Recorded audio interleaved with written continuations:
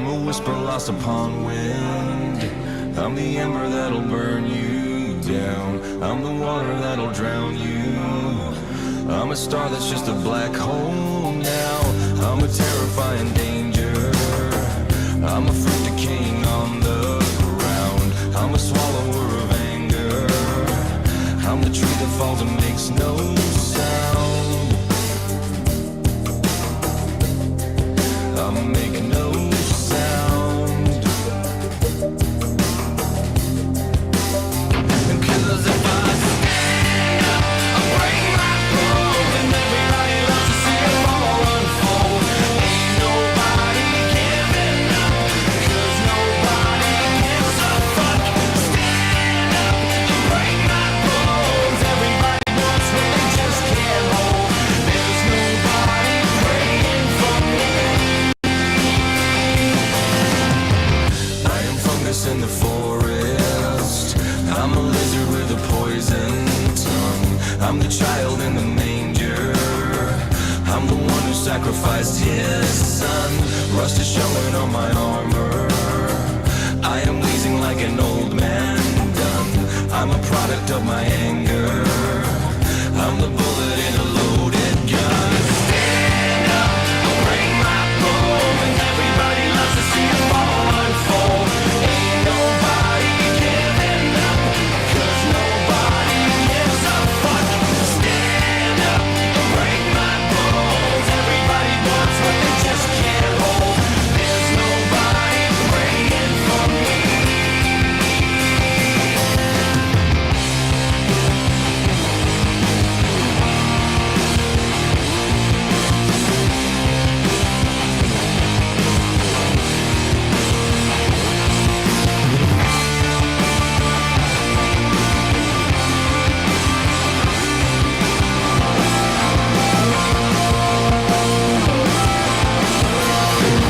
If I stand up, I'll break my bones, and everybody loves to see them all unfold.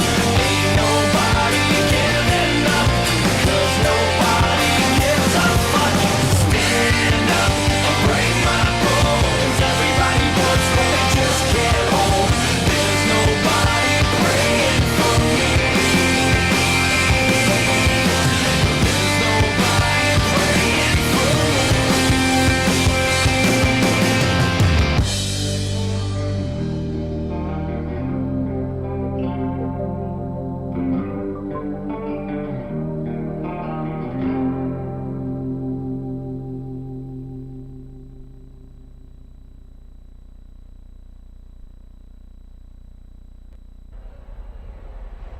Ladies and gentlemen, I am now proud to introduce to you the one, the only.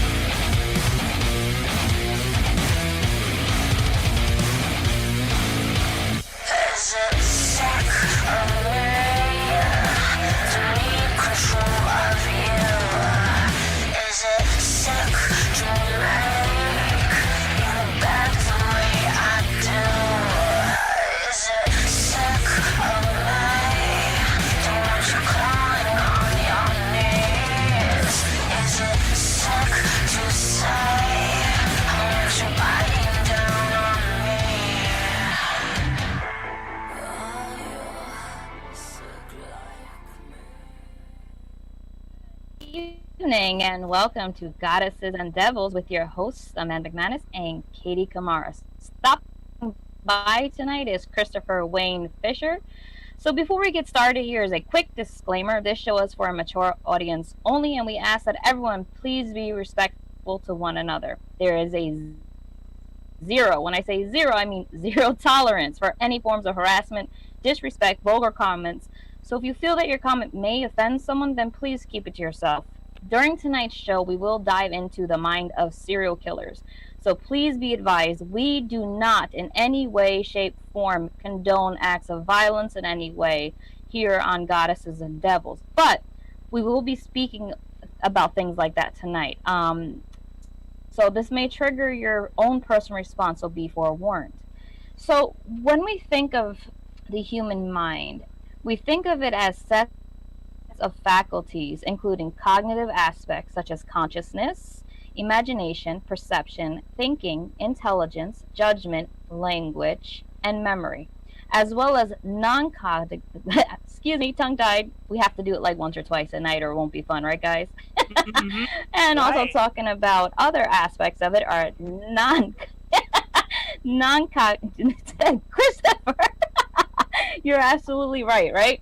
So Yeah. non-cognitive aspects such as emotion and instincts that leads to subjective behaviors.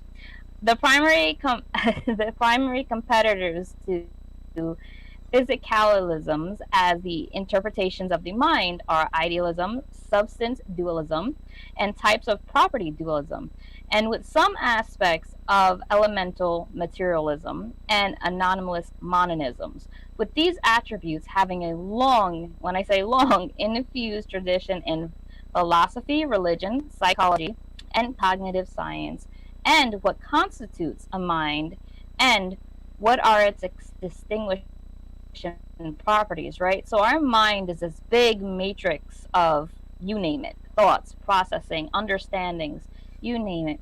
So that's pretty much what that whole blurb that I was just explaining pretty much defies, okay? Just to let you guys know, I know I threw out a lot of things. So sorry. Tonight's going to be a really educational show, like I was saying, and we're going to be talking about things from a psychological aspect. So with that being said, there are other things that can trigger cognitive reasonings to shift. Traumatic events in childhood play a big role in these shifts, such as abuse, neglect, and social emotional developmental delays. These events could have begun as early as infancy all the way to your adolescence. Okay, so we're talking about traumatic events that took place in that particular lifespan of your life. However, this does not discredit one's actual intellectual abilities or understanding during these developmental stages. So one can possess a very high level of intelligence, but still that doesn't protect you from going through a traumatic experience event. So that's why an intellectual aspects of things are not usually affected by that. Okay. In many studies on serial killers, doctors and clinical psychologists have all identified patterns that they feel contribute to the shift in their cognitive reasoning, with the shift mainly occurring in early childhood years. When we look at known serial killer Ted Bundy, okay, we're not going to go into his crimes, and we're going to do that out of respect for the people that he did do these crimes to, so the victims and their families. We're not going to go and glorify him in any way. We're just talking about the psychological aspect of him. So their names will be mentioned, but like I said, I'm not going to delve into their heinous acts because, like I said, we do not condone that here. This is for an educational session, pretty much, so we can understand the mind a little better and the way that it plays effect on mental health in general. Also, So, like I they said, I'm found, not going to go into heinous details, but when we look at the killer, go ahead, Christopher. they found some Go ahead, Christopher. imaging studies that there was developmental changes in people's psychopathy. I would love to share as well. In PET scans. Yeah, just you could definitely share that. That's not an issue. Do you want to share that now? Yeah, I'm gonna get the link and I'll share it out to the show. that would add to the body of our discussion. Okay, so I'm going to continue then. So when we look at Ted Bundy, when he was evaluated after his arrest for his ties to multiple murders, Bundy suffered with interpersonal relationships that can be linked back to his mother and grandparents. So these were early childhood occurrences that linked these interpersonal skills and issues that Bundy was suffering with. So when we talk about interpersonal skills, we're talking about the way people communicate and they react to one another. So Bundy actually lacked that in early childhood, and they're saying that it's due to his relationship with his mother and his grandparents. Bundy did not have a father. He was quote unquote called a bastard by his family. He was subjected to a lot of different forms of verbal and physical abuse as well. So what it's been assumed is that because of these events, he did not develop interpersonal skills, and he became what you call a loner in a sense. He was learning on his own. He would be very isolated, cut off from the world, and this is why he continued this pattern with the way he interpreted conversations or interpreted interactions with people, right? So when they understood the fact that they linked this to the parents and the poor family dynamics caused Bundy, like I said before, to become isolated and unnurtured. This may imply that as infants, serial killers such as David Berkowitz, Joel Rifkin, and Kenneth, and I'm not sure if I'm going to say his name right, Bianchi, did not receive proper attention as they were given by their biological mother. So the mother failed to give them that nurturing and that caring attention that they need. So they didn't get that from their biological mothers. For even when they were adopted, many of them actually went through the system because their family and home dynamics was so horrid that they had to be their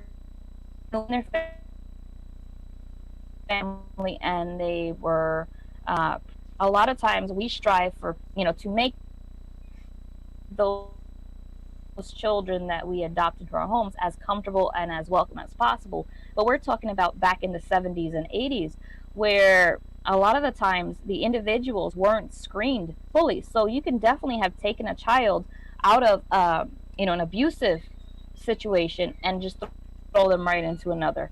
So that's where we see this, is that when they were actually adopted, they were not given that type of interaction that they needed, and that was a very vital part of their lives. And the subjective environments, they were not loving. Like I said, they were not caring, they were not stable, and they were not safe for any children. So when you have a child who's already suffering from a great deal of stress, going to another home where it's going to continue that stress, you can see that the child is not going to relate and understand. And what happens is the child starts adopting these sorts of behaviors, and they consider normalized. And that's when we start seeing the patterns. And so with that, if anything, these environments helped grow and harbor their blasphemous plans that they carried out in their adult life. This actually was the foundation to what triggered a lot of their beliefs, understandings, and why they decided to put into motion these plans of harming other individuals.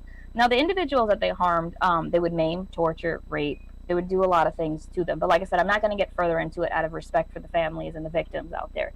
But these acts, like I said, that's why I quoted it as blasphemous, because they were totally not in any way, shape, or form what a person should do to another person. These, a lot of the times, were plans that they developed prior. So these were precognitive thoughts that they were having, and then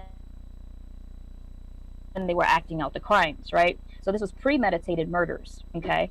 So they thought through all this process before they carried out these things, right? And that's why I refer to it as blasphemous, because it really was heinous. So now I'm in no way or shape or form condoning or making excuses for these individuals. However, just like many suffering from forms of systematic depression, they did not get the help they needed. And that was the key. They did not get the help needed for their mental health to improve, to grow, to change, or to be stabilized in any way. They all showed signs of deviancies, and many partook in torture and animal abuse.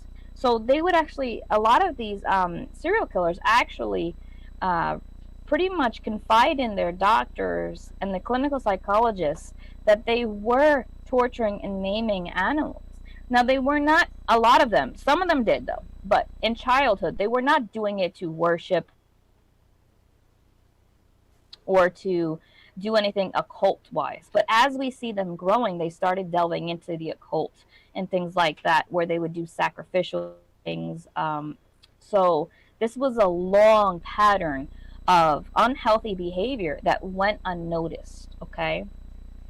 Studies in childhood trauma linked to serial killers have revealed a number of significant statistics supporting the idea that mental and physical trauma may have long-lasting effects upon an individual. Now, this is also pertaining to individuals who went through these, traumatic events. You don't have to be a serial killer, like I mentioned earlier, to have gone through a traumatic event. Many individuals do that, but they seek the proper need in order to help them through these situations and help them process what was happening. Now, these individuals did not get that form of help in any which way, right? So the statistics showed that 42% of convicted serial killers suffered from physical abuse as children. 74% suffered from psychological abuse, and sexual abuse also seemed to be a prominent characteristic among serial killers. So a lot of them were being sexually abused. And 35% of these serial killers have witnessed at some point in their early childhood development to adolescence have witnessed sexual abuse. And 43% were actually sexually abused themselves. And this is all from a clinical psychologist whose name was Ensworthy, who published all these statistics in 1999. So if you look him up, you could definitely read his work. Another form of physical trauma linked to serial killers is head trauma. So we were seeing that these children, when they were being abused or when they were pretty much, quote unquote, being called clumsy, and they were, which what Christopher was mentioning earlier, it actually, when you have a significant amount of head traumas, we heard of several athletes who suffered from constant concussions who had a change in their cognitive processing and a change in their brain in general, right? So what happened was, when these individuals were being whacking their head or whatever the case may be, these constant bumps started to make a change in their brains. And this is compensation from the constant head traumas. And now when you think about that, 29%, that's a high amount of people. We strive as parents to prevent our kids from getting hurt, harmed in any which way. We protect them from sports. So like I said, this was in a different era, and these were individuals who came from an oppressed situation. Okay? I just want to add we got to something. take that into consideration. Yes, in this part of the brain here where psychopathy is near the back. I do want to add to Around that point too, two. because we all know that Ted Bundy was a psychopath. Yeah. And his typical traits as a psychopath was callous, exploitive, with blunted emotion, impulsive inclinations, and the inability to feel guilt or remorse. Now, in the world of psychology, we got to remember that the causes of psychopathy actually still remains a mystery. So we can still relate a lot of a lot of distinct traits to upbringing. The problem is that there are so many studies on this that are trying to say, well, you've been brought up that way, then you're going to be a psychopath. Well, there's a lot of sociopaths out there as well, and they're just as bad. But the thing is that there was a study that was done. It's called the Minnesota Study of Twins Reared Apart. Now, I don't know if you guys have heard of that, but the professor of psychology in Minnesota, Thomas Joseph Butchard Jr., led a study that has shown that psychopathy is 60% inheritable. And the reason why he said that is because the study of the twins indicated that identical twins in this case may not be genetically similar, as hereto assumed that only a couple of 100 mutations can take place in early fetal development. And the mutations are likely to multiply over the years, leading to vast genetic differences, and leaves the open possibility that the psychopathic traits are largely genetically determined. Now, if psychopathy is genetically determined, one should expect that there is an abnormality in the brain, not the immediate, and that would be the immediate source of the psychopathic traits.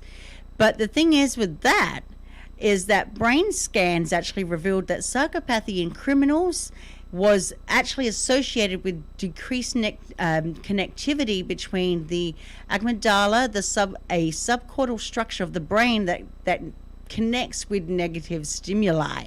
So you are onto something there as well. But the thing is that the negative stimuli that they're talking about does not translate into strongly felt negative emotion. That's my issue with the studies, is that we are trying to relate things to, upbringing, and that has a lot of emotionality to it, but it's not having anything to do with emotionality. And in this study, they're actually looking into brain abnormalities that have been concurrent and quite distinct over a period of time, which leads to, so it's kind of like genetic mutations. You skip it, and like in case of twins, you might skip a generation, but who knows, we could all be related to Jack the Ripper. We could all be related. There's going to be a sociopath or a psychopathic nature in all of us. It's just that whether or not our DNA structure is clicked on for it, who knows? And of course, upbringing influences the way that we think, feel, and do things, and so it enhances what we already have inside of us. The other thing you'll find fascinating, Right, exactly. Katie, that part of the brain, the amygdala, and there's another complex right behind it, as you know, it's called the VTT. If that area is damaged and the corpus callosum is not connected there. Well, the other region is the ventromedial prefrontal vortex. Yeah, that's what you're talking about, and that's where we get don't drop the baby. Yeah. Right, shaken baby syndrome. Right. They now call it, and I have to call psychopathy is now called ASPD now. Well, see, and that's the thing. When serial killers actually started becoming more widely studied, should I say, and you had psychologists in there, you had clinical psychologists, you had anthropologists, you had different forms of, these individuals coming from different scientific backgrounds studying this. What they understood is that they only understood a very small portion of it because there was so much more to it. What a lot of them, and if you look into the Freudian beliefs and you look into Piaget's beliefs, nature versus nurture, and you look into all those past psychologists, without getting too much into detail because then we're going to be sidetracked. To them, they all studied these types of behaviors. So when we're looking at it, we didn't see a real big shift where we started incorporating all these different attributes to somebody's emotional or mental health. We didn't look at it from different aspects. We kept going back to the textbook, because if with the compilation of these factors, it's actually led sociologists to view psychopathic behavior as the brain's defense mechanism. So when we look into that, I know Donna mentioned it too. When an individual is constantly at a heightened alert, right? They have their fight or flight constantly kicking in. What these sociologists have understood is that psychopathic behavior is the brain's defense mechanism to certain situations. So when we look at a serial killer and we look at all the different things and we look at all the material when we read their records and things like that, we're seeing certain things can be actually hereditary. Like you said, certain traumas to the head can cause a switch in That's why I said in the beginning that a brain is like a matrix of things. It is filled with so many different connections, so many different, ways that these messages and signals travel, right? So when we look at that and we see that, like I said, the compilation of these factors, we start seeing different scientific, people coming out to sit here and try to understand. And that's the whole key. Nobody is truly going to understand the mind of a serial killer, because a lot of them who would torture animals would do it for fun because they got this euphoric feeling from hurting people or animals and things like that. So when we look at it, we can only dissect it to a certain extent, and we only have a certain amount of material that's presented to us. And this is going back from the original arrest records when they had individuals. But then if you look at the advancement in certain things in clinical psychology, in the medical field in general, in mental health, when we start bringing it to modern day information, we can start seeing where these things actually can be agreed upon. And in many ways, our body and our brains compensate for things we are experiencing in everyday lives, right? One of the biggest problems we face in our modern day society, I'm talking about now, is a lack of mental health care that we are given, right? Meaning that when an individual first experiences signs of a mental health issue in childhood, sometimes a lot of parents or individuals out there, and this is completely true, will write it off and say, oh, he's just being a kid or she's just being a kid. However, these behaviors, ideations, or feelings can be a clear indicator that there is a bigger problem at hand. So that's why a lot of this study is pertaining to early childhood development versus the fact of an adolescence instead of their adult lives. Because what this information is stating is that during these times, they were neglected.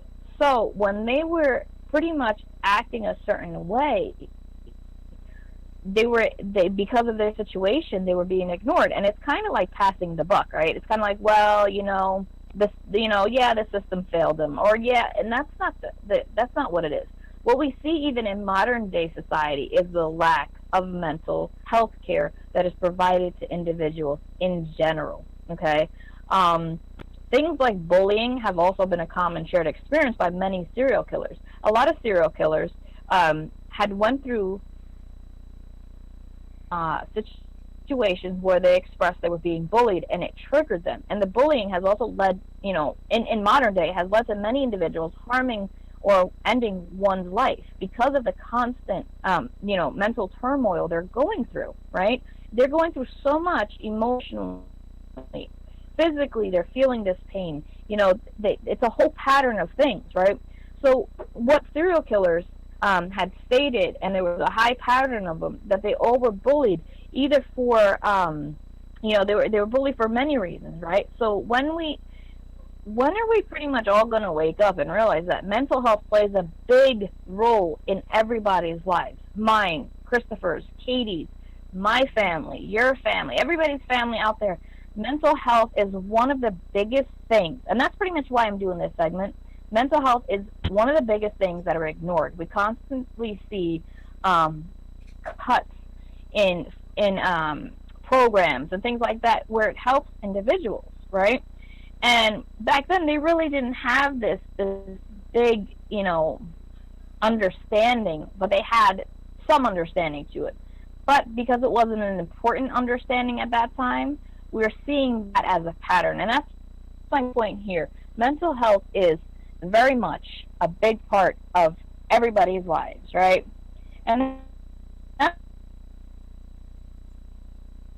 what we need to do. We need to wake up and understand that mental health plays when we're home, when we're in school, when we're parenting, when we're doing daily tasks. It's really important, and not many people realize how important it is. And it actually can do a better job with it. You know what I mean? And that's the thing. So a lot of the information that I was finding was that an institutionalizing and creating this structural beast, in a sense, which was a serial killer, which there's so many other factors out there. So a lot of information we can figuratively related, one directed. It's either up or down, left or right, but we're not looking at the middle. There's so much more information. There's so much more we can do, right? So, maybe you guys have been lucky, to live a life where you haven't experienced personal traumatic events, like ones I met here, but I can guarantee that, you know what I mean? And that's the issue that we're seeing. With serial killers, however, they took these experiences to a whole new level. And then one can only question, is infancy or early childhood a key to the formation of a serial killer? The lack of nurturing, the lack of guidance, the lack of that need to learn or that need to know, all of that, is it really because of poor parenting skills, or is it something that we're not seeing, right? So when these individuals were interviewed, serial killers all expressed that they were isolated from their peers as children as well. So was social interaction also a contributing factor? Was the fact that they did not have a social group or a school to go to or anything like that? Was the fact of being isolated and not given the chance to socialize an issue? See, and when we start really getting into it, we start seeing this. And many serial killers suffered from, normal problems.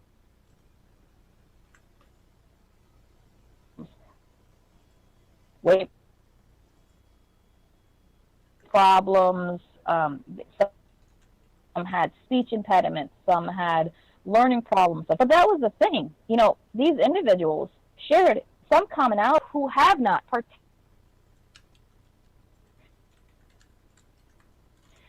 have partaken in acts of violence.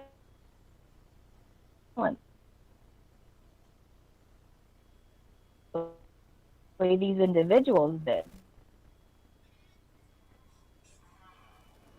So this is information out there. There's so much information sharing that we all can do with one. In this particular, you guys definitely call it. I mean, it's and what other individuals are saying, as what I'm reading here, in my reach, is that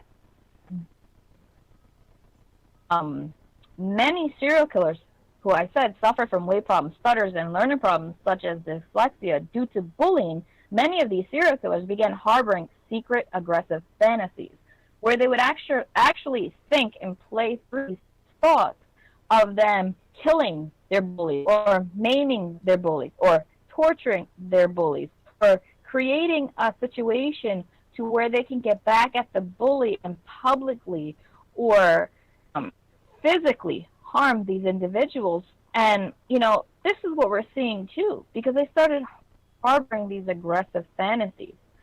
As stated by David Berkowitz, also known as the Son of Sam, it was a mysterious force working against me. He felt that something internally was working against him and driving him to commit these heinous acts. he goes on to say, I felt bothered and tormented. So it is clear that aggression, yes, aggression can begin in early childhood, right? Loneliness, as illustrated, may lead to the evolution of fantasies, and these serial killers pretty much is what they call this was their making, because they were frequently alone. This is what made them, was loneliness, isolation, aggression, fantasies of sorry, my son's dancing over here. Fantasies of them killing their, abusers. So with that said, I think we could take a short break. It is 7:37, and then we can get back, and hopefully we can have you guys call in. And while we're on break, I'm going to try to answer any comments that I find in chat underneath the feed here. Please share out, please like and subscribe. Please make sure you subscribe to our YouTube and click that little bell so that way you can be notified when we share our archives or when we go live. So with that being said, I'm going to take you guys out to our first break. See you guys soon.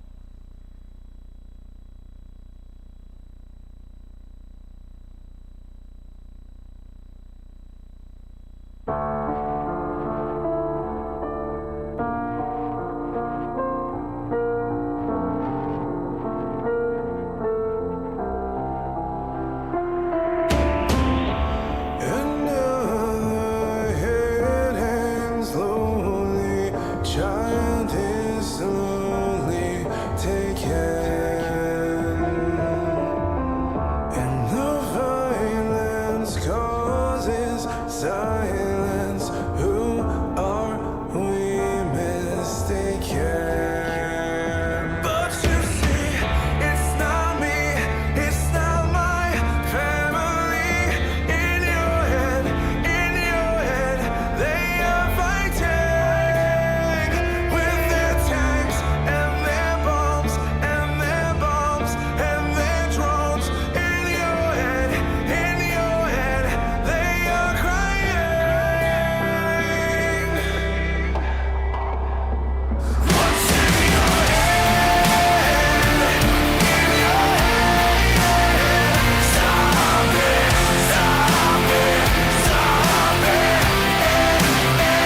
What's in your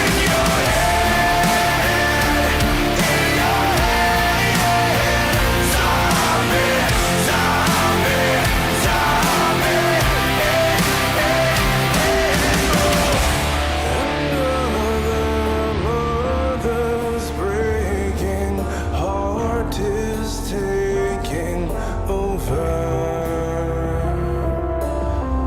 When the violence causes silence, we must be mistaken. It's the same old theme in 2018. In your head, they're still fighting with their tanks and their bombs and their guns and their drones. In your head, they are dying.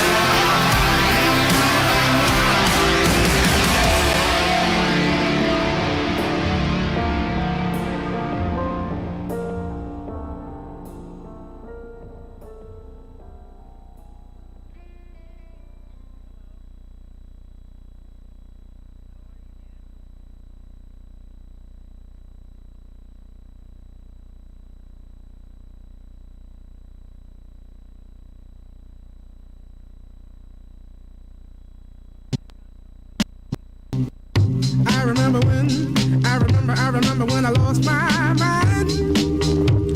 There was something so pleasant about that place.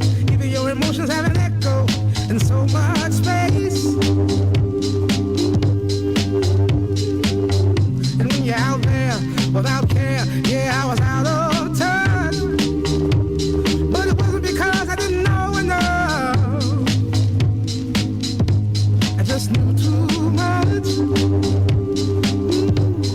Does that make me crazy? Does that make me crazy? Does that make me crazy? Probably.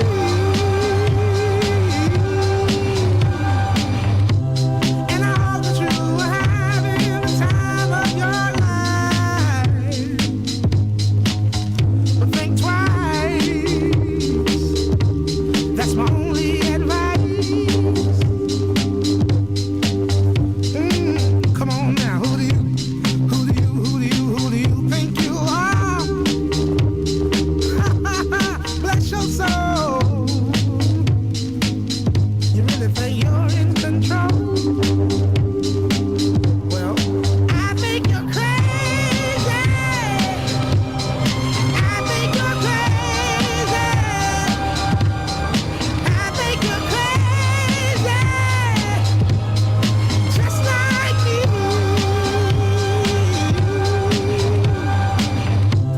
My heroes had the heart to lose their lives out on the limb. And all I remember is thinking, I wanna be like them. Ever since I was little, it looked like fun. And there's no coincidence I've come. And I can die when I'm done. But maybe I'm crazy. Maybe you're crazy. Maybe we're crazy.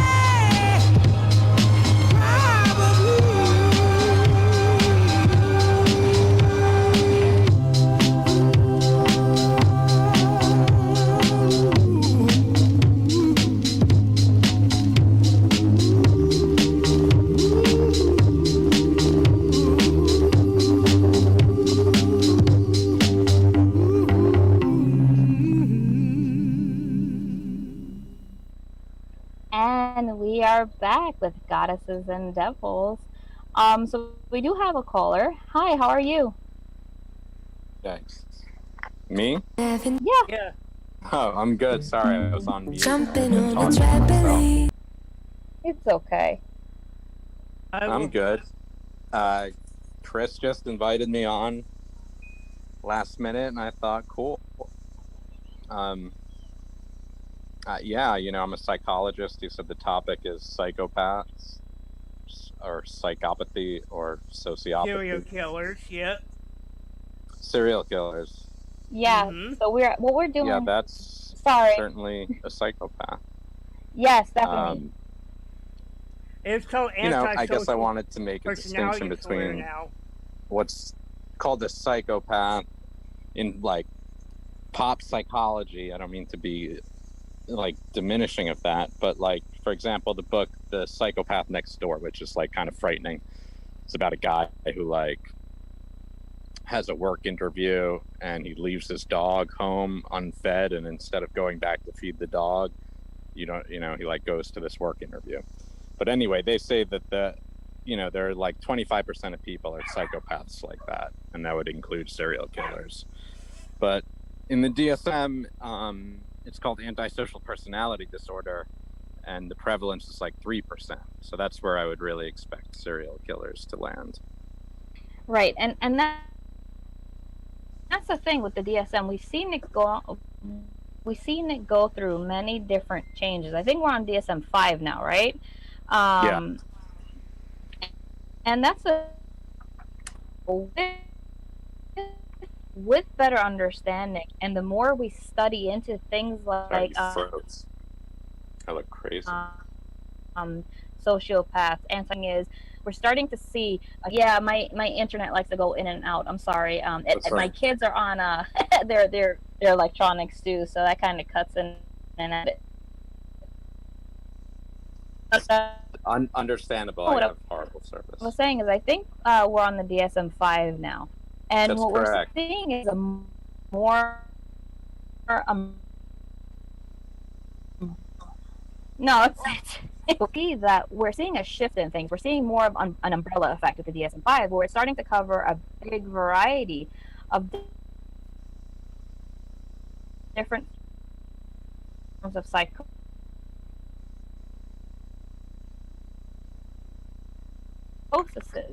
And what people don't understand is, with new advances,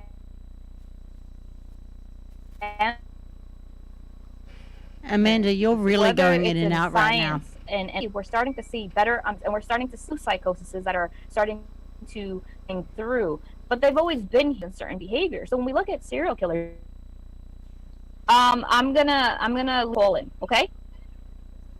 Absolutely. That's fine.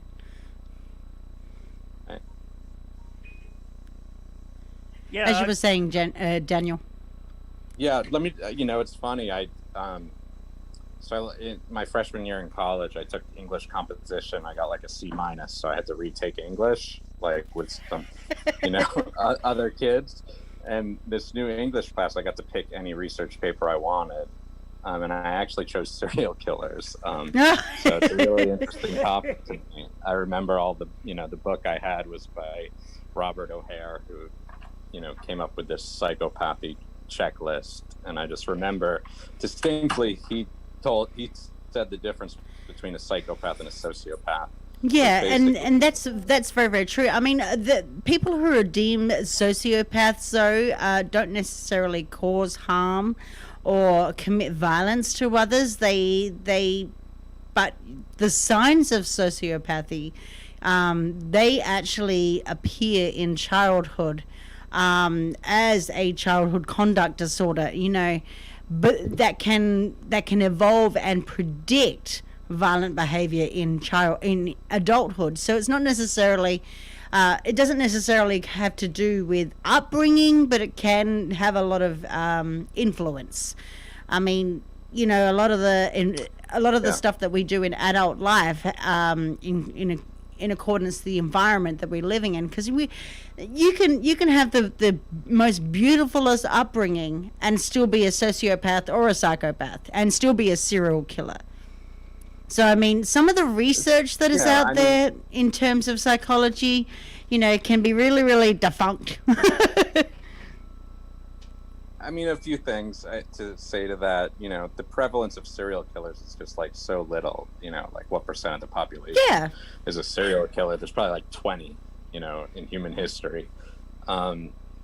So there's really not much you can conclude from looking at their family histories, whether or not that played a role or not, because the sample size is so small. But my guess is you don't become a serial killer with a happy family. Well, yeah, that's very, very true. I mean, but I mean, there have been a very minuscule time,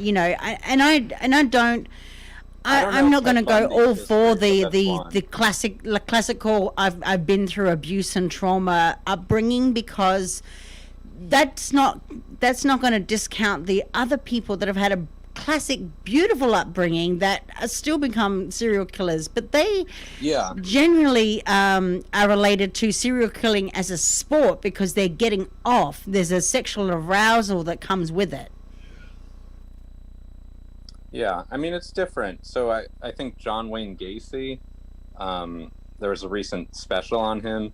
So he was gay, and his dad hated gay people, and so he was constantly trying to please his dad, but constantly upset. So this is just what happened, is he would go on dates with men, have sex with them, and then feel so, horrible about the whole thing, he would end up killing them. Yeah, and that's very true, He ended because up they killing like 50. Yeah, because Oh, serial wow. serial killers, homicidal serial killers, they kill based on their victims, and that is 1, availability, 2, vulnerability, and 3, desirability.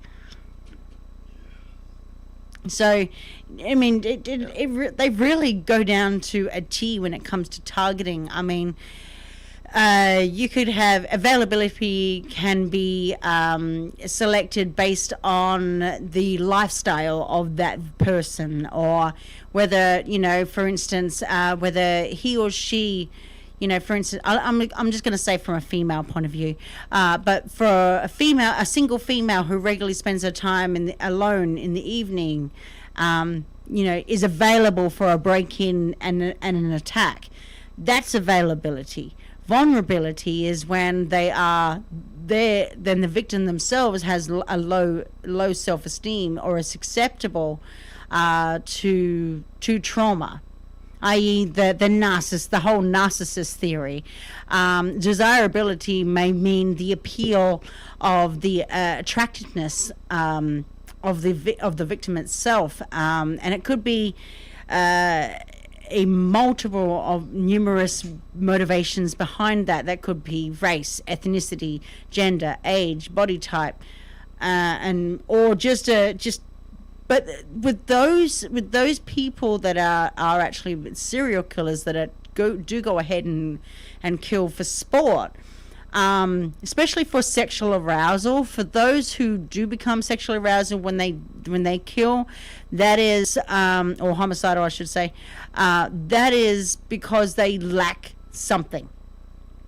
Serial killers don't come about because they feel the desire to kill. They feel desire because they lack something within themselves. Yeah.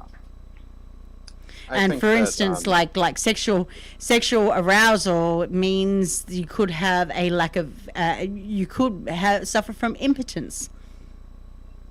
Yeah, what something happened where they associate sexual arousal with, you know, torturing and killing. Yeah. And how that happened, there's, you know, a number of different ways. There's no way Control, to say, but impotence, Amanda's back. vulnerability. Yeah.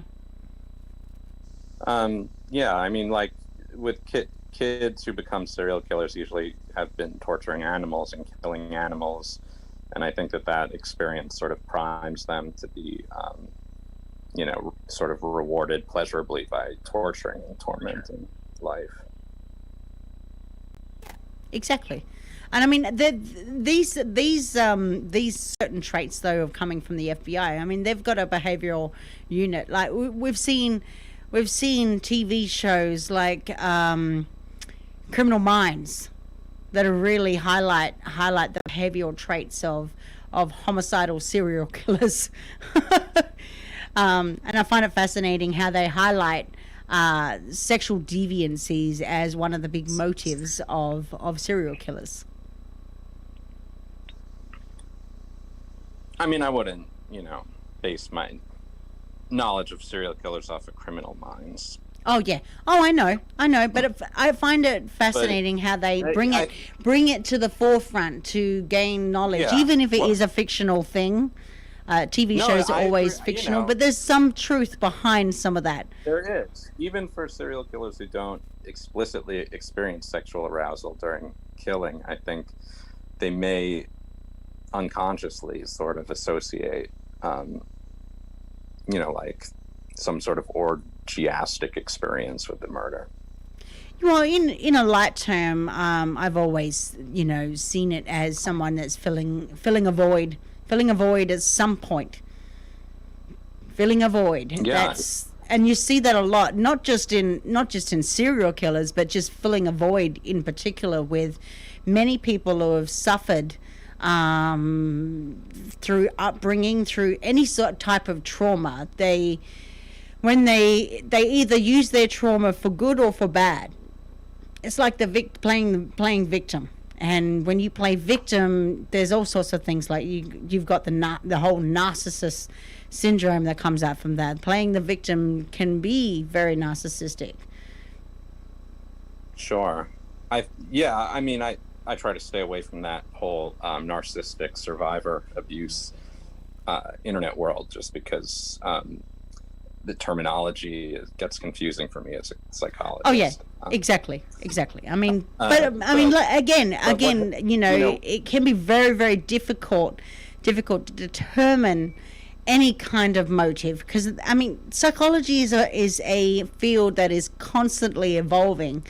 I mean, you could have an MO. Let's just use me for example. You could have an MO on me, but it's not even listed. Do something that is completely deviated from what is known. And that's why I find it fascinating when you go into the criminality of a mind that is homicidal and that is serial in nature. It's too hard to determine what the factors really are, because like I said, you have people that are completely non-traumatized and completely traumatized by their lives. Well, there's a range of trauma, I think. There's physical trauma and sexual trauma. And then there's just emotional neglect and sort of the withholding of love and any warmth and any approval whatsoever of the person, to the point that. But again, when debating that theory as well, we also got to look at the mind of the person, because to the mind of a person, I mean, you could, and this is the debate that I have, and this is purely my opinion, is that, and I'm going to go back to the perfect life, the perfect upbringing. You're going to see two sides of a story, and it's going to derail everything that psychology knows. You could have the perfect upbringing according to your parents, but the mind of a child can think that they're neglected and not loved. Now the question is whether the child has had unfounded issues which has not been brought to life by a psychologist. Of course, but there's also, it's clear when objectively some parents that's true too. I mean, there's many different ways of looking at it, but I mean, there's always going to be two sides of a story. There's always going to be some sort of trauma in each and every one of our lives. Parents who didn't love them, and they don't end up as serial killers. So. Yeah, I mean, there's definitely something about the Yeah, kid. in saying that, I mean, I was never raised with my birth mom, and I didn't come out for one. Yeah, and you see, that's the thing that we're seeing here. When we start getting all different perspectives, and we start getting different, and I do apologize, my whole internet did go down in my house. I'm not sure, so I do apologize, but I'm now in the Poland. But we do see that when we start looking at it from a perspective point of view, we can start pinpointing changes, but we can see patterns as well. And what we use in statistics and alone is that we use patterns to develop a statistical understanding to these events or these things.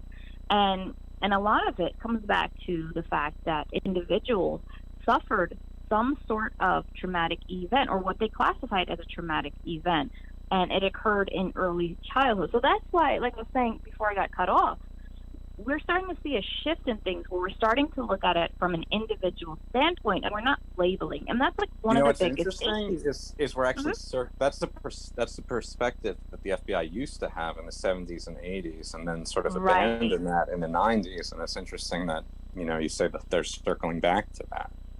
Right, and that's what we're seeing. They're actually, what we're seeing is because a criminal is only considered a criminal when criminal activity occurs, right? So the actual individual is going through an emotional, whatever, traumatic, whatever it is, but they're going through some sort of mental turmoil that is creating them to make decisions based on their cognitive understanding to things, right? So it's like the other day, me and my husband went to Dunkin' Donuts, right? And I guess my car was a little bit further off to the side. So instead of the individual letting us move to get out of the space, not parked, but how you have where you could drive in and out of a driveway in a sense. No, instead he pulls up in front of us, flips us off, curses us out, and then drives past us and goes to the opposite entry to the plaza. And you see, when we start seeing behaviors like that, you think you have a certain amount of time to react to a situation, right? So you think, okay, so now if I engage this individual by flipping him back off, because, technically that's what you all want to do, and what I wanted to do when he flipped me off for no reason, I'm like, well, what's wrong with you? I didn't do anything. I was the passenger, and you're flipping me off too, But when we look at this is what we're seeing. It's an issue in the cognitive and reasoning in these individuals that they are not, we're not seeing that pattern. We're seeing different patterns because there's different understandings that these individuals have. Some of them, like I said, are highly intellectual. Like Ted Bundy, for instance, it was a very, very, very intelligent man. So was the shoe bomber. These individuals have skills. So then we see cognitive reasoning along with intellectual reasoning being involved. But then we got to look at it to the extent of not an umbrella. We got to look at it to the extent of a perspective. So there's many perspective approaches we can take on individuals, but the key component in the biggest pattern that I see in all these situations is that mental health awareness really was lacking in the 70s and 80s and early 90s. So that's why we started seeing a shift in patterning these events, because we started seeing a shift because we started better understanding that, hey, wait a minute, this is, many people who have had traumatic events became serial killers than individuals that didn't. So we're seeing the switching, and that's the good thing about science. Science is constantly rapidly evolving, and we're seeing that applied science to the field of psychology, to the field of criminology. So it really comes to the point of, yes, these can be, relatable factors that we all can relate to and understand that has contributed to these psychoses or these understandings. But in the same sense, what is actually going into in the mind of that individual? Do they want to do it? Is that what it really comes down to? A lot of the times, and I heard you guys mention before I got on, they get this euphoric feeling. Now, they don't really climax the way you would when you're engaging in sexual interaction, but they climax in a whole different way. So now, is it because they're adrenaline junkies? And now that goes into more of, the actual fact of enjoying what you do. That's their work. You know what I mean? So one of the shows that I watch is called Dexter. And Dexter is a forensic psychologist or forensic some way or whatever. But he goes after the bad people because the bad people did something wrong, but then he feeds his desire to kill people. So he writes it off as being okay because, well, they're bad people. They did bad things. So, you know what? They should, he should get rid of them. So when we look at it from that aspect, we start seeing different perspectives and different objectives these individuals have. What is the objective that they're shooting for? Do they want fame and glory? Do they want a number count? Do they want to get a euphoric rush? Do they, so we start seeing it. So when we look at a mind of a serial killer in general, there's so many different perspectives. And a serial killer only becomes a serial killer and, in criminology. In psychology, they become a troubled individual who's suffering from a psychosis that needs to be addressed. So when we look at it from different point of views, it's really hard to justify what actually consummates the mind of a serial killer and what we see going forward in their actions. Because a lot of times subjective thoughts go into subjective behaviors. So were they subjected to this form of harassment, torture, abuse, neglect, whatever it is, this is why they're subjectively behaving this way and now doing it to the next person. So it's really a really interesting topic, and we can discuss it, in detail. We can discuss it in theories. We can discuss it in so many different ways. But when people try to dissect a mind of an individual who has a pattern of both criminal activity, deviant behaviors, psychosis, social, isolation issues, we see all of this stuff. We see that with normal patients on a day-to-day, but they're not serial killers. So it's really interesting what you guys were saying before I hop back on, and I just wanted to address a couple of those things because, like I said, they were really, really interesting and intriguing on the way that it was being put forward. But like Katie said, sometimes we see it for different reasons. And like you were saying, we see it from a psychological, psychologist, clinical psychology understanding. And then we see it from a criminal understanding. So when Well, we there's look actually at it, there's a place where those two understandings meet with this diagnosis of antisocial personality disorder, which is considered a psychiatric disorder, but there's no known medical treatment. The intervention that's recommended is incarceration. So it's essentially exactly, and a rehabilitation. description of, well, yeah, I do over time, but there's not that much sort of optimism for people with this, unfortunately. But there's evidence that they do get better depending on how old they are and how long the incarceration is. But I'm looking at the criteria right now, so I could tell you that any serial killer theoretically would conform to this definition, of a personality profile. So would it be all right if I read this list? Absolutely. Sure, That's go fine. ahead. Go ahead. All right. So this is this is how you diagnose antisocial personality disorder. So it's a pervasive pattern of disregard for and violation of the rights of others occurring since age 15, as indicated by 3 or more of the following. Failure to conform to social norms with respect to lawful behaviors is indicated by reportedly performing acts that are grounds for arrest.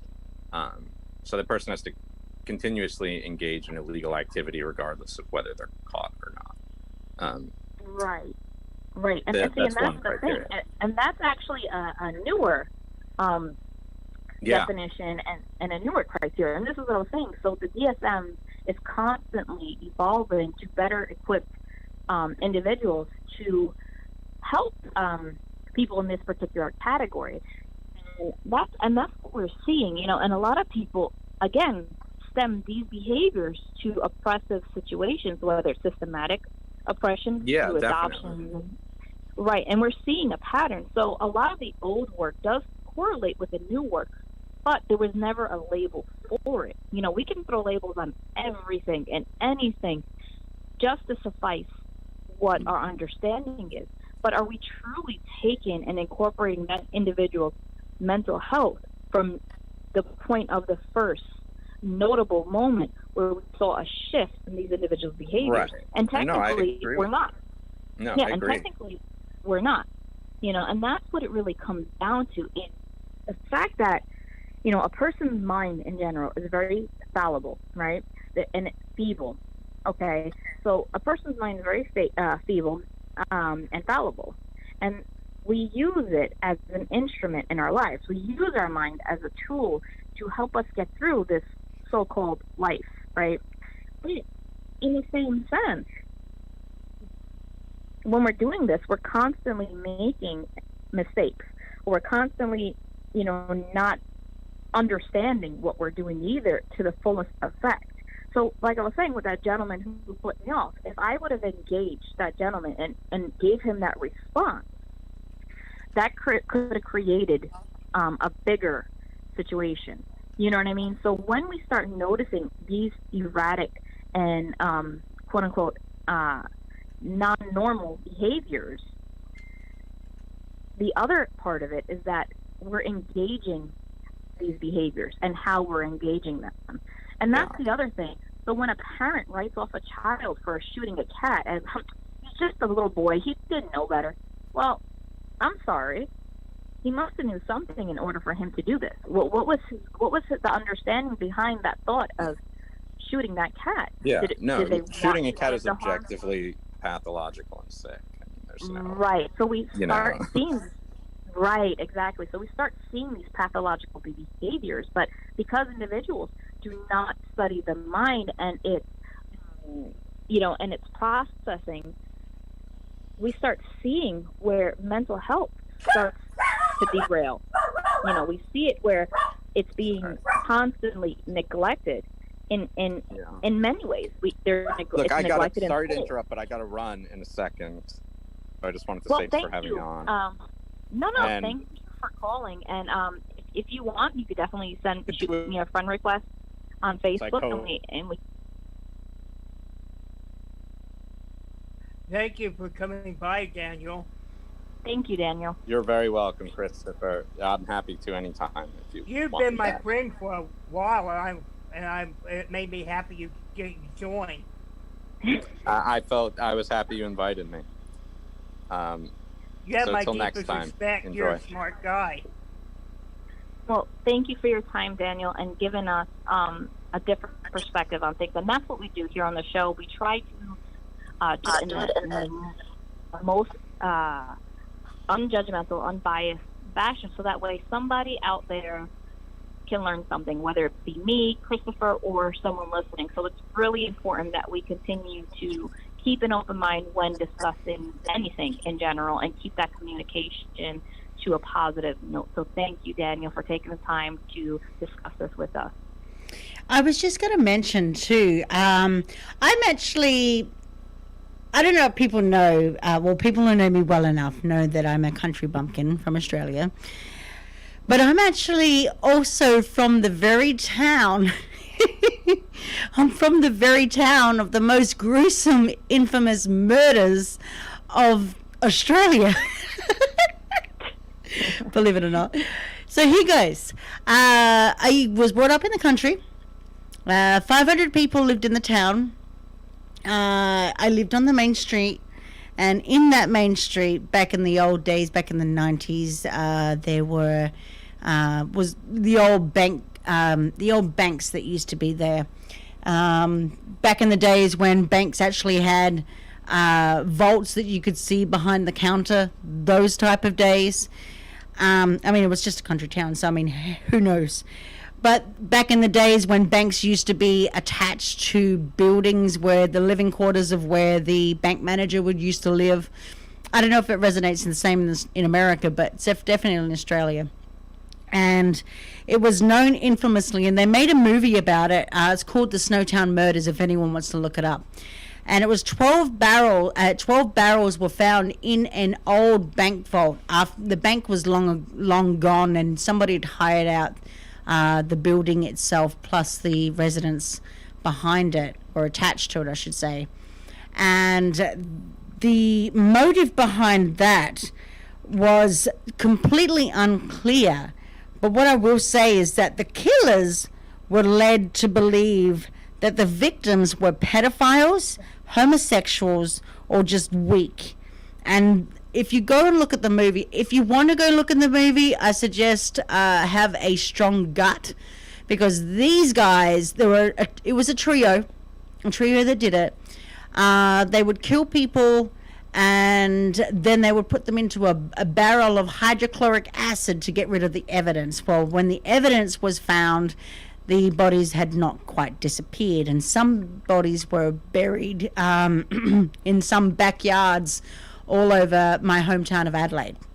Now, it's really, really funny, because when I lived in that town, the news actually broke, and I was moving to the city to Adelaide literally the next day. So I'd kind of said my own goodbyes to my schoolmates and that back then, and I probably would have been 11 years old, and I heard a whole heap of stories that went with that. But what's even more interesting is that 6 degrees of separation. My uncle's girlfriend at the time, her brother had been missing for 2 years. They actually found him in one of the barrels. So it was really, really interesting. The town shortly, for a good while, had a tourist. It became a tourist attraction. I don't know why. People just they made key rings and mugs and all sorts of stuff. I've been to Snowtown and survived. But it became very, very infamous it was all over the news. I don't know if it made it to the United States, but it certainly did all over Australia. But here's the thing is that, and the reason why I say if you're going to go watch the movie, just be very, very careful and have a strong gut, because these guys were not only torturing, they were also cannibals.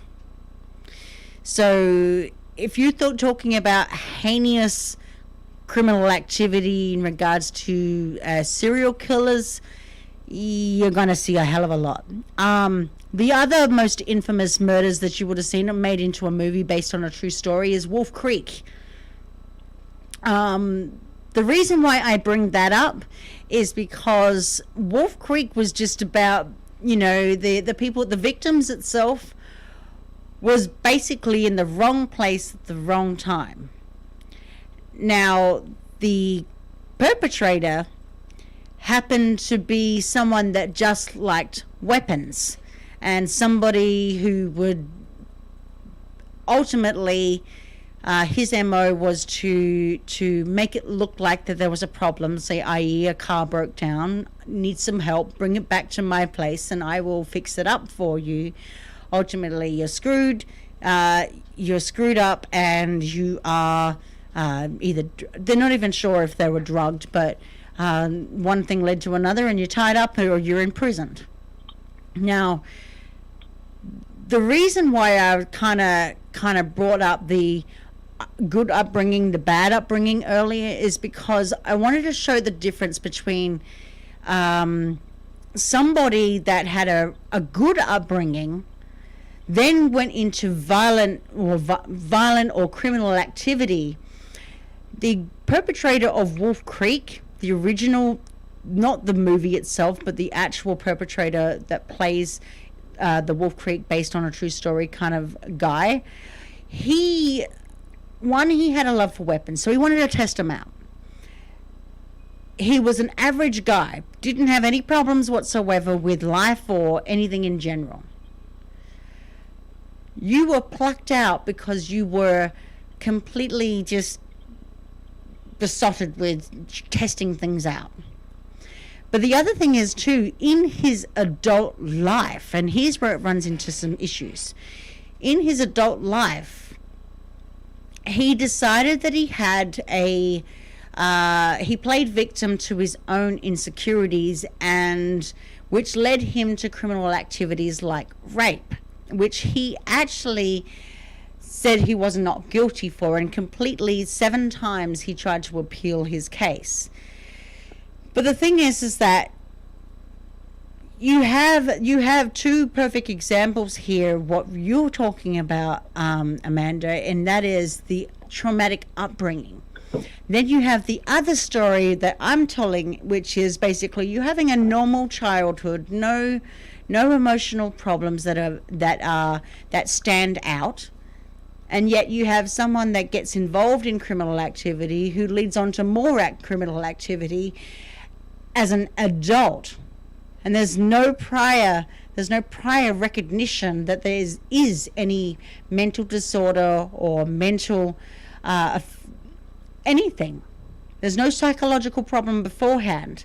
So, and that's where there's a fine line. I mean, I tell these examples because I don't want people to concentrate on the traumatic upbringing. Yes, all of us has 95% of the world has a psychosomatic problem. Our ability to handle it, our resilience to handle these things is what defines us as human beings.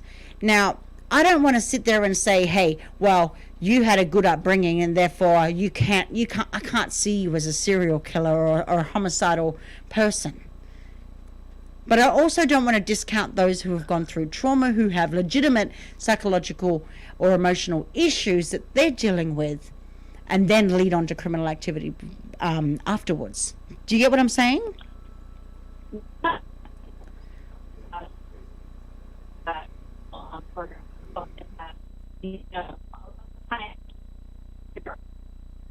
What's going on? We can't hear you, Amanda. Somebody's breaking up. Sorry, I'm having internet issues. Is this better? Yeah. Yeah, you said it better now. Sorry. Sorry. But no, what I was saying is this is what I was trying to bring up before I got cut off, is that that's a work that strictly studies a certain pattern and a certain chain of events. It doesn't study it from a perspective point of view, and that's the other that's the other part that we're missing. There are many different perspectives on these particular situations.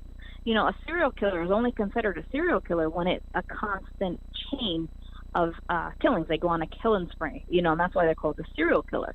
A lot of them adopt patterns. Some of them, have a particular way of doing it. Others, like you mentioned, just really have an enjoyment for self-harm and harming people and conflicting things like that.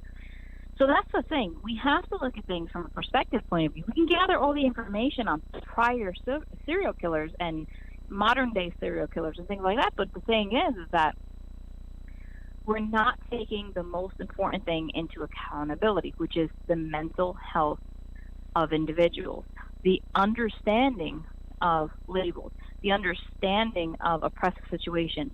We have to incorporate everything from point A to point B. Was there, because of the fact that these individuals grew up in a loving, caring home, had everything they want, was it the fact that they were neglected? And that's the thing that we're missing. We can't really have a whole picture when people choose to leave certain things out. And that's the thing. So it really is a really interesting topic, and it really dives into different forms of psychology, psychosis, sociopath, antisocial behaviors, deviancies. We see that across the board. But that's what like I said before. The mind itself, in general, is very feeble and fallible. We make choices that we consider mistakes. But what happens when those mistakes we actually like to do? So these individuals were taking part in killings, raping, whatever they were doing in Adelaide. When did it become a point where it became enjoyable to them?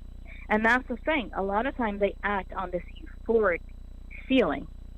We see that in many different forms of abuse. It's the power over people. They're taking that power from you.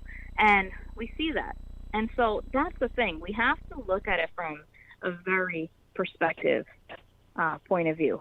And when I say perspective, we have to take different perspectives in account when we are doing this type of research or work. Now, back then, like I said, there was a big shift in the way they address these things. We're seeing constant changing in things like the DSM. We're seeing constant changes in the way that we conduct criminal investigation. And that's the important part is, are these things avoidable? Yes, some of them can be. But if an individual is set on, partaking in an action, and then they do it, then it becomes premeditated. So what was the point where it became premeditated? What was that driving force?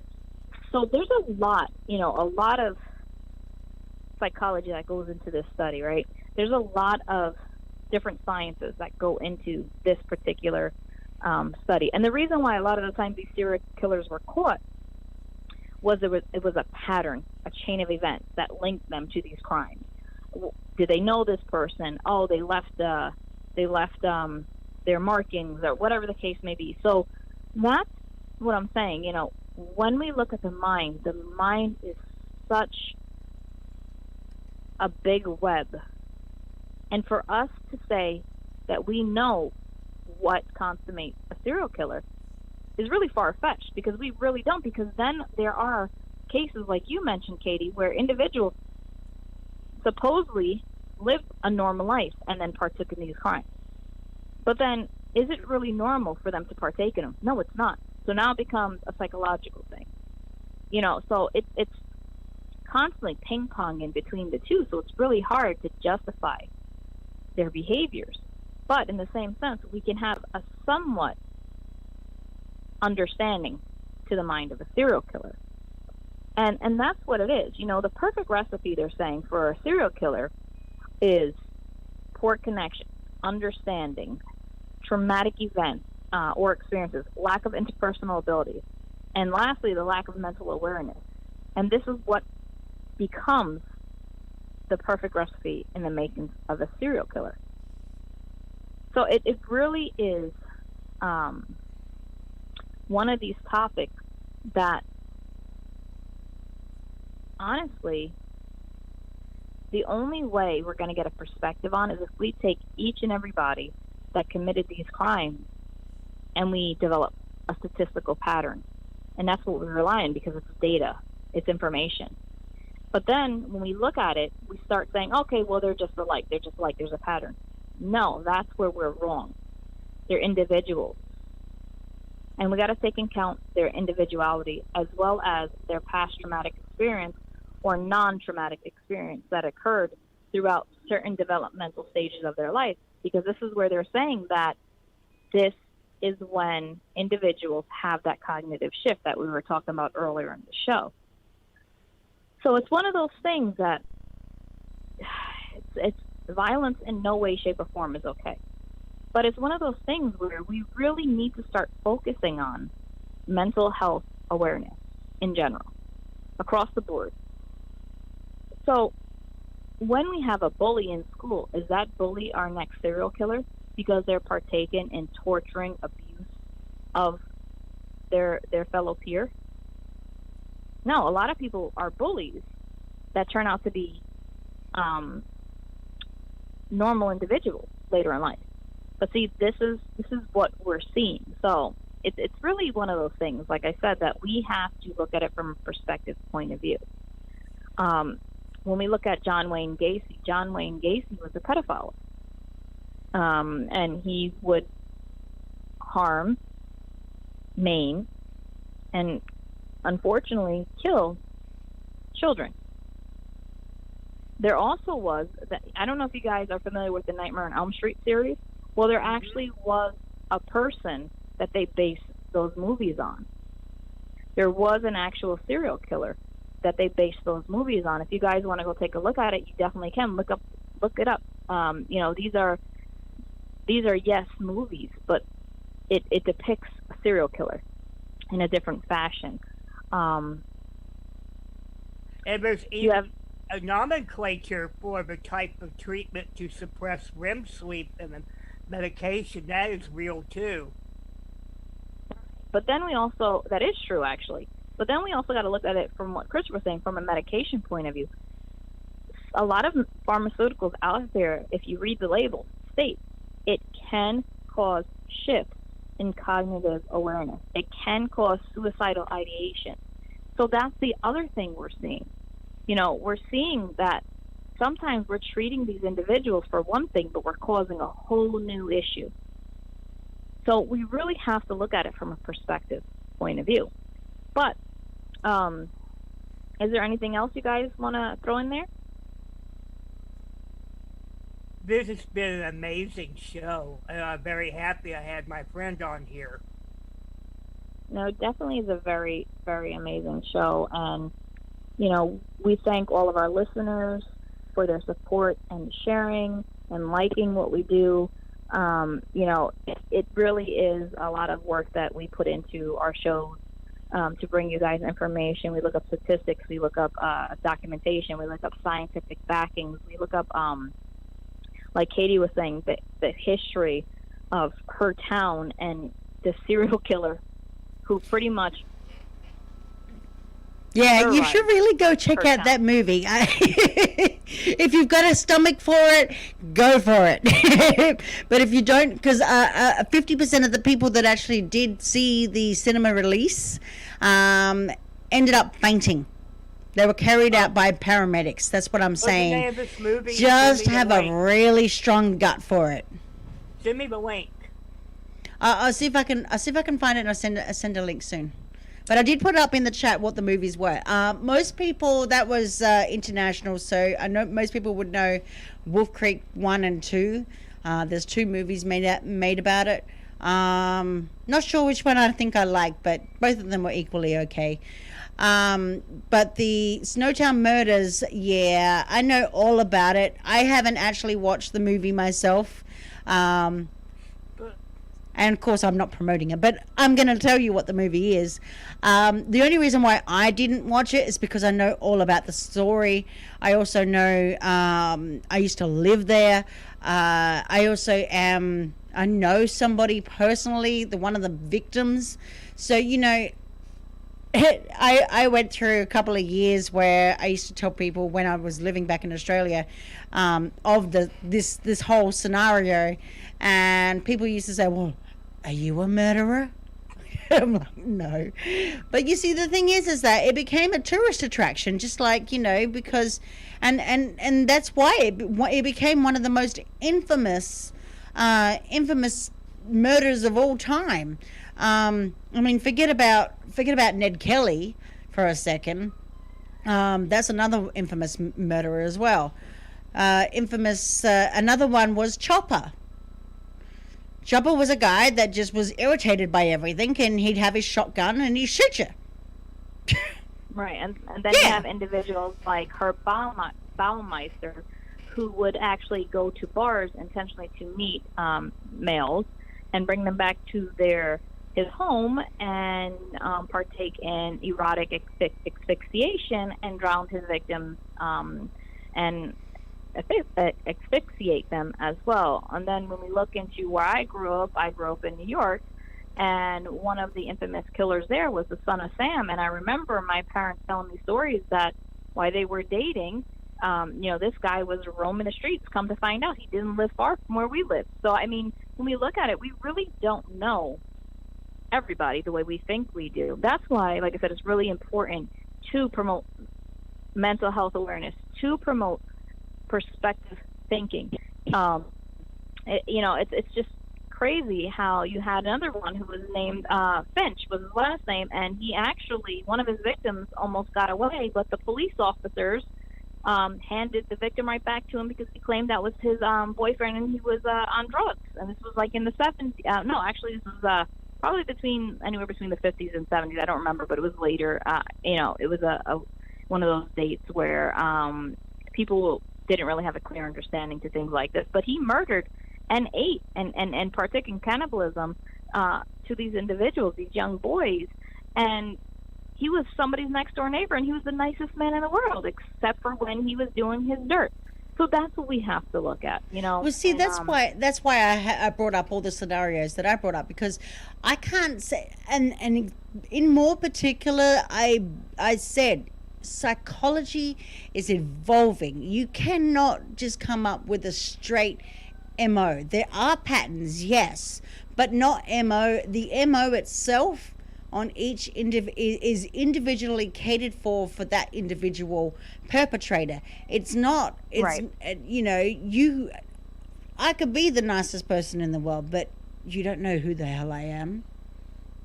Right, exactly. Nobody does. And that's why it's important that we keep making these advancements. That's why it's important that we keep evolving. We need to start straying away from labels and start straying away and start going toward the why. Why did this individual, what did this individual, we got to look at it from so many different perspectives. And that's, and the DSM is a great tool. It is a great tool. I actually had the chance to use it a few times. It is a great tool, but it is a tool at the end of the day.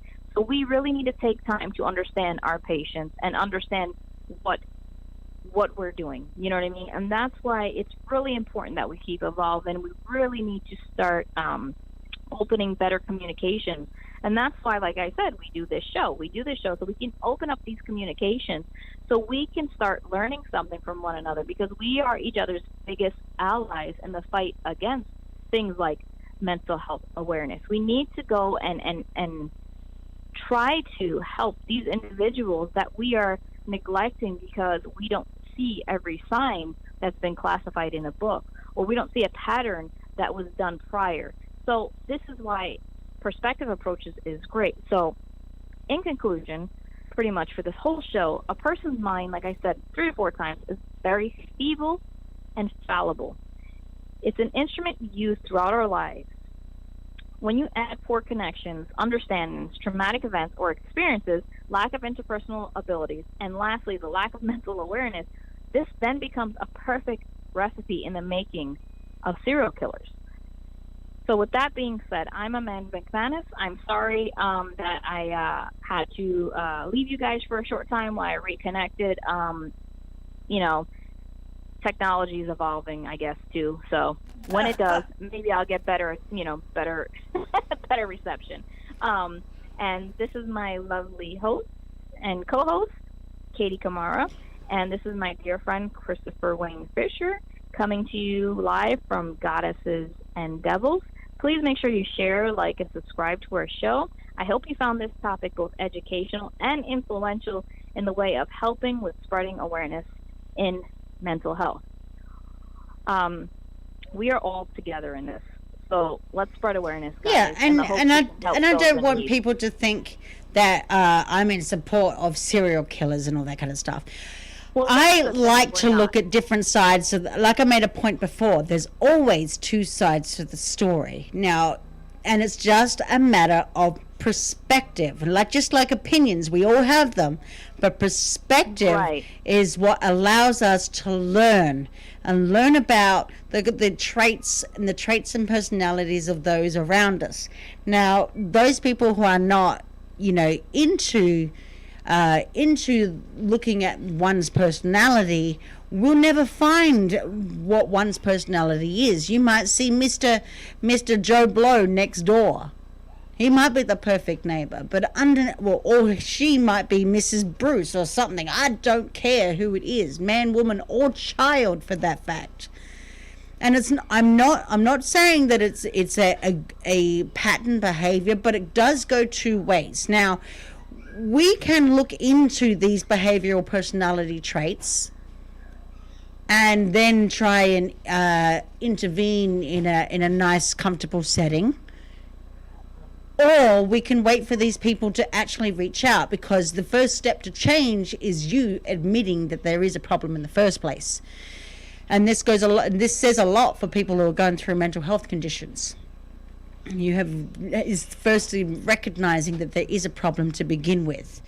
And it's not all the case in everybody. Not everybody has the ability to recognize, but when approaching subjects like this, always see it from different perspectives and not your perspective. Once you start putting your own 2 cents into issues like this or situations like this, your mind becomes foggy.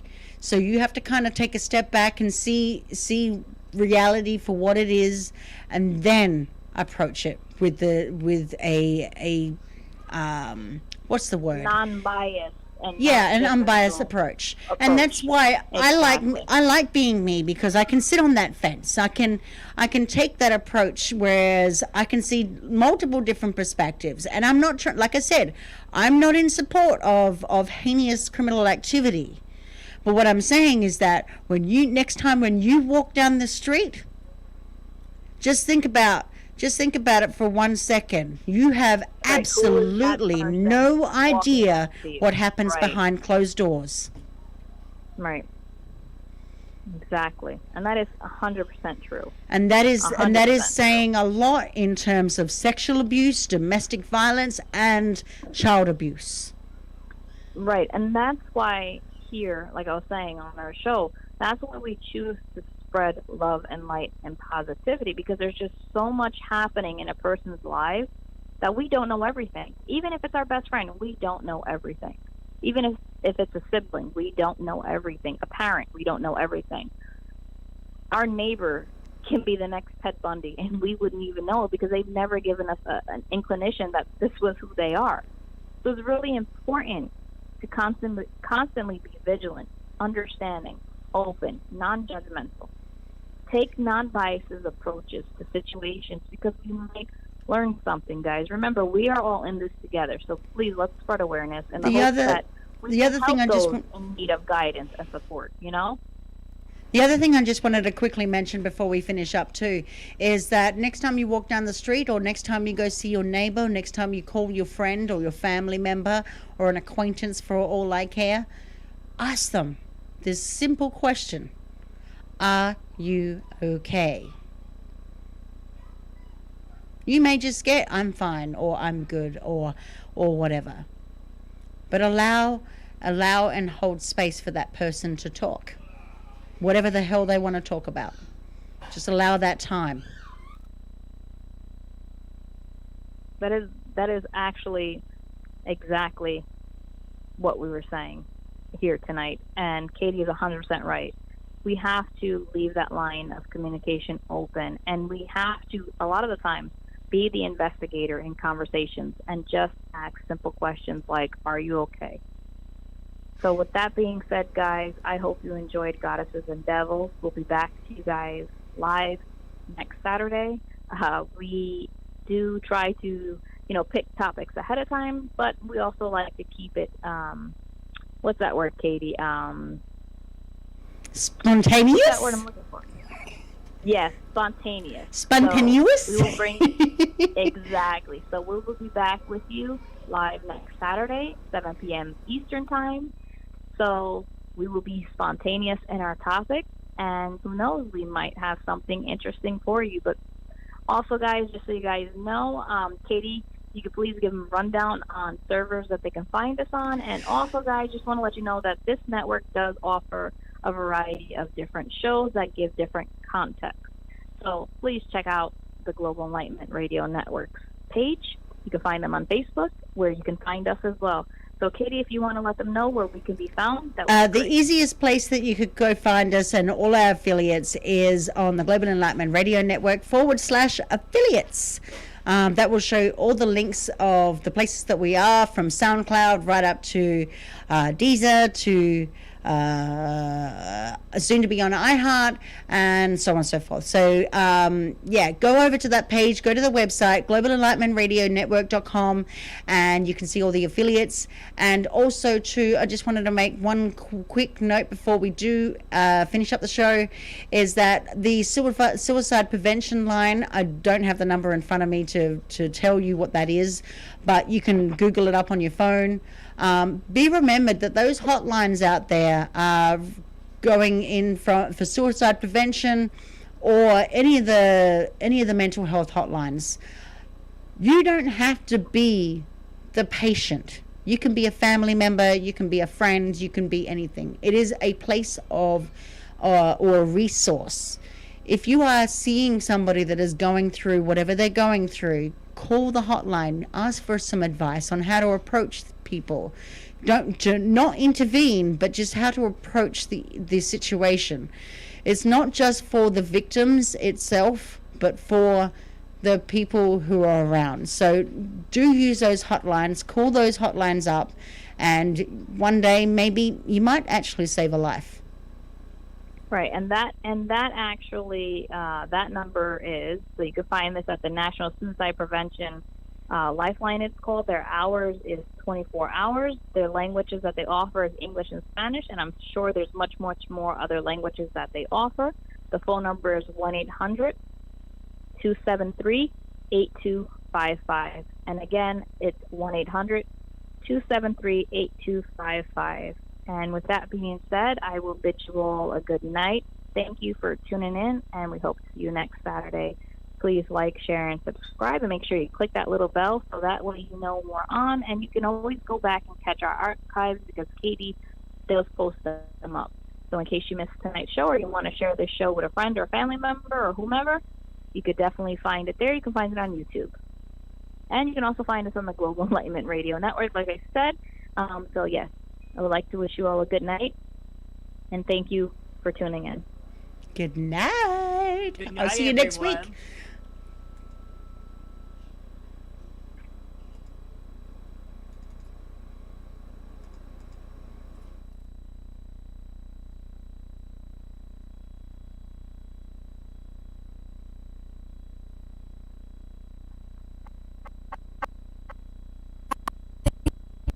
Jumping on a trampoline, flipping in the air. I never land, just float there. As I'm looking up, suddenly the sky